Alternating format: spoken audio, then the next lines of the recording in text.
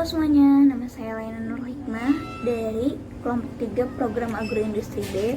Di sini saya dan teman-teman saya akan menjelaskan tentang taksonomi tanaman. Yang saya akan jelaskan saat ini itu tentang tanaman kostus atau juga disebut dengan pancing. Tanaman ini adalah genus tumbuhan asli dari Asia Tenggara yang terdapat di dataran rendah sampai pegunungan 1000 meter di atas permukaan laut, dan tanaman ini biasanya ditemukan di tempat yang lembab atau tempat yang terlindung. Tanaman ini juga sebagai tanaman hias atau tanaman liar yang dari orang-orang. Dan di sini saya akan memperlihatkan tanamannya dan menyebutkan taksonomi dari tanaman tersebut. Taksonomi dari tanaman kostus divisi yaitu Tracheobita, Upadivisi, Spertoptina, clade Angiosperms, clade Monocot, clade Commelinids, ordo Zingiberalis, famili Costaceae, genus Costus, dan tipe taksonomi dari tanaman ini yaitu Costus arabicus.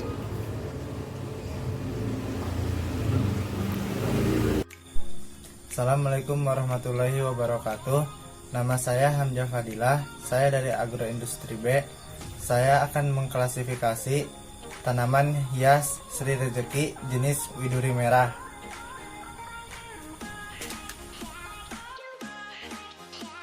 Tanaman Sri Rejeki adalah salah satu jenis flora yang ditetapkan oleh NASA melalui studi kebersihan udara sebagai tanaman yang efektif menghilangkan polutan rumah tangga seperti formaldehida dan benzena yang ada di udara. Sri Rejeki tumbuhan yang berasal dari kawasan tropis dan subtropis Asia dan New Guinea. Sri Rejeki menjadi tanaman hias populer yang banyak peminatnya. Di Asia, tanaman tersebut dianggap membawa keberuntungan selama berabad-abad. Tanaman ini mulai dikenal di masyarakat Eropa ketika dibawa ke Royal Botanic Garden di Inggris pada tahun 1885. Secara alami, tanaman ini tumbuh di kawasan hutan hujan tropis.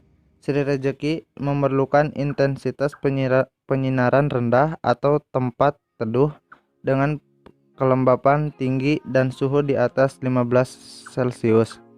Jika tumbuh di tempat yang terlalu dingin akan menyebabkan munculnya bercak-bercak gelap pada daun-daunnya.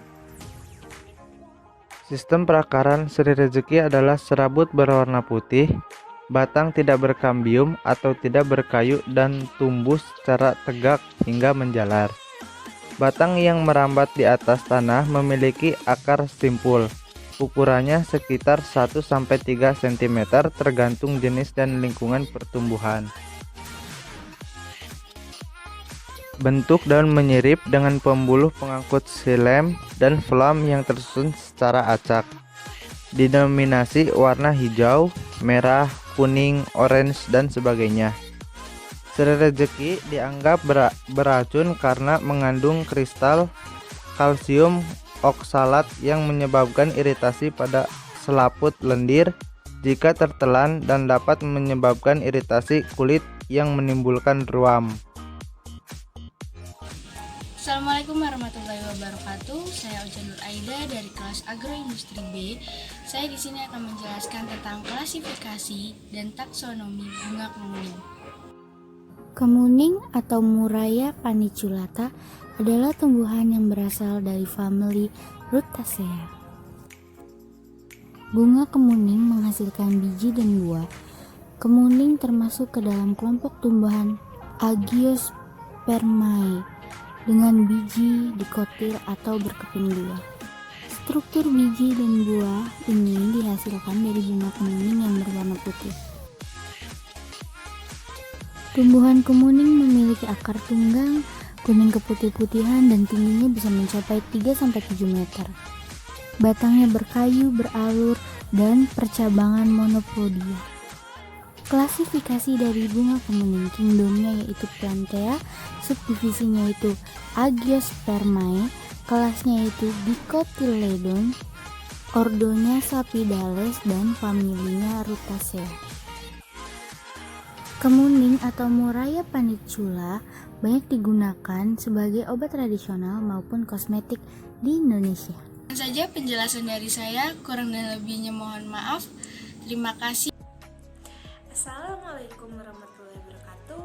Nama saya Fitri Dwi Ningrat. Saya dari jurusan Agroindustri B. Saya di sini akan menjelaskan tentang taksonomi dan klasifikasi dari tanaman anggrek. Klasifikasi dan ciri-ciri tanaman anggrek. Anggrek terkenal karena bentuk dan warna bunganya yang menarik. Tanaman ini sering digunakan sebagai hiasan tanaman pot, dan bunga potong. Anggrek bisa dijumpai di seluruh penjuru dunia, kecuali Antartika dan padang pasir tentunya. Tanaman ini terdiri dari akar, batang, bunga, dan biji. Ciri-ciri akar anggrek.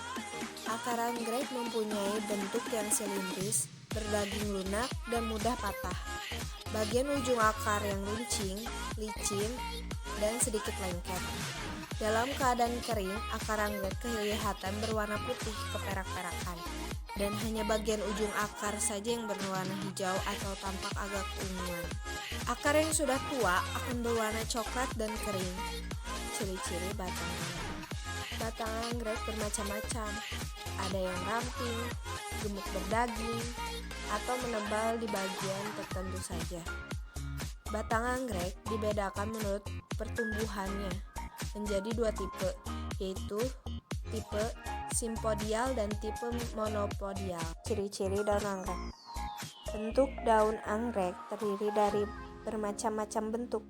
Ada yang bulat oval, bulat terbalik, bagian daun atas melebar, dan bagian pangkal kurang lebar, memanjang seperti pita.